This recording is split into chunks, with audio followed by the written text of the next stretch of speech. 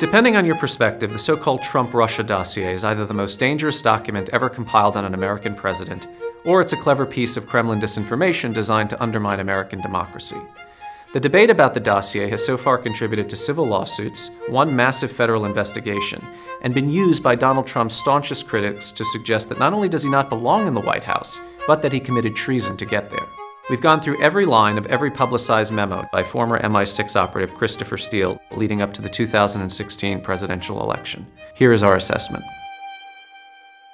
The Russian intelligence services did hire hackers to penetrate the email servers of the Democratic National Committee and those of John Podesta, Hillary Clinton's chief of staff. Then they passed those emails along to WikiLeaks. The purpose? To help the Republican candidate at the expense of the Democrat. Steele claims that the Trump campaign knew Russia had kompromat on Clinton before the rest of the world did. He was right. According to an indictment by Robert Mueller, George Papadopoulos, the Trump campaign advisor, was told the Russians had so-called dirt on Hillary Clinton. And this was before the Washington Post broke its story on the hacking of the DNC. Independent journalists have also verified that the GOP changed its position with respect to Ukraine at the behest of Paul Manafort. Manafort now faces up to 200 years in prison for tax evasion, money laundering, and other assorted crimes. Whether or not the platform change happened at the behest of Russian handlers has yet to be determined. But while Steele was correct in many of the broad strokes outlined in his dossier, he's on very thin ground with respect to more specific allegations. And by that, we're not even talking about whether Donald Trump hired prostitutes to urinate on a bed slept in by the Obamas.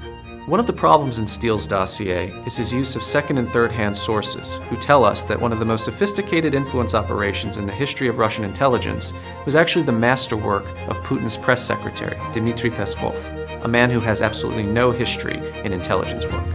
Why would Putin, a trained KGB case officer, put such a sensitive foreign mission in the hands of his high-profile press flack? Daniel Hoffman, a former CIA station chief in Moscow, also makes a good point.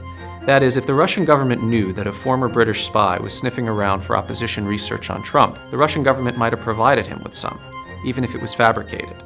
Steele hasn't been to Russia in years, and he relies on anonymous second and third-hand sources, many of them past and present Kremlin officials. Because they're anonymous, and because they have ties to the Russian government, they cannot be vetted and therefore not trusted. There's a lot more to the Steele dossier, and we have been through it all. Are Steele's claims too good to be true? Decide for yourselves. To see more of this analysis, visit codastory.com.